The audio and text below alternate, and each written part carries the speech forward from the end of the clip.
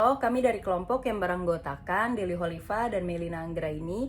Kali ini di podcast ini kami akan membahas konsep ideologi menurut pemikiran F. Budi Hardiman. Saya akan menjelaskan ideologi dalam arti peyoratif dan deskriptif, serta alasan mengapa demokrasi bukan termasuk ideologi.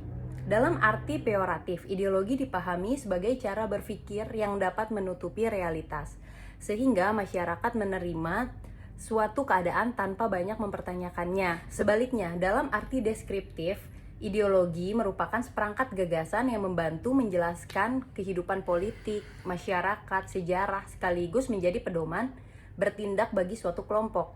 Sementara itu, demokrasi bukan merupakan ideologi, karena demokrasi adalah sistem politik yang memberikan ruang bagi berbagai ideologi untuk berkembang dan diperdebatkan secara terbuka. Demokrasi tidak menentukan isi keyakinan politik seseorang, melainkan menjamin kebebasan masyarakat dalam menyampaikan pendapat dan berpartisipasi dalam proses politik. Selanjutnya akan dilanjutkan oleh Kak Melina. Oke, terima kasih Kak Deli.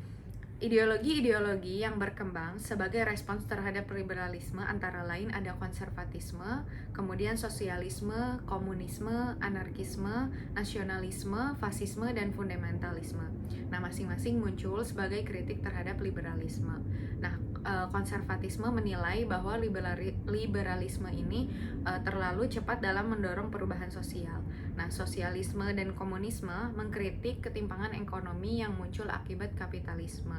Nah, sedangkan nasionalisme, fasisme, dan fundamentalisme lebih mengutamakan identitas kolektif daripada kebebasan dari individu. Nah, selanjutnya mengenai anarkisme. Anarkisme ini sering dianggap sebagai konsekuensi daripada liberalisme karena sama-sama mengutamakan kebebasan individu. Nah, perbedaannya di sini adalah pada liberalisme masih menganggap bahwa negara itu masih diperlukan untuk melindungi hak dari warga negara itu sendiri. Sedangkan pada anarkisme, negara ini justru cenderung dianggap sebagai sumber penindasan sehingga masyarakatnya itu dinilai mampu melindungi atau mengatur dirinya sendiri tanpa campur tangan negara. Nah, selanjutnya nasionalisme, fasisme, dan fundamentalisme memiliki kesamaan karena sama-sama lebih menempatkan identitas kolektif. Nah, sebagai dasar utama dari kehidupan berpolitik.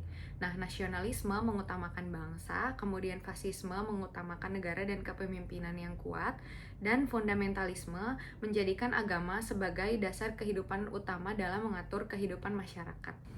Nah, apabila dibandingkan dengan ideologi modern seperti liberalisme, ketiga yang menekankan hak individu, ketiga ideologi tersebut lebih mengutamakan kepentingan kelompok dan juga keseragaman nilai.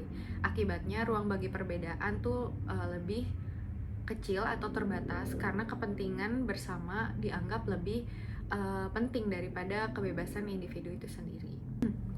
Sebagai penutup, dapat disimpulkan bahwa ideologi merupakan cara suatu kelompok dalam memahami masyarakat dan menentukan arah kehidupan politik. Nah, setiap ideologi memiliki nilai, tujuan, dan juga pandangan yang berbeda terhadap negara dan juga masyarakat. Oleh karena itu, memahami berbagai ideologi secara kritis juga menjadi penting agar kita mampu menghargai perbedaan pandangan dan sekaligus agar kita dapat menilai segala sesuatu dan setiap gagasan secara objektif. Sekian dari podcast kita hari ini. Terima kasih. Terima kasih.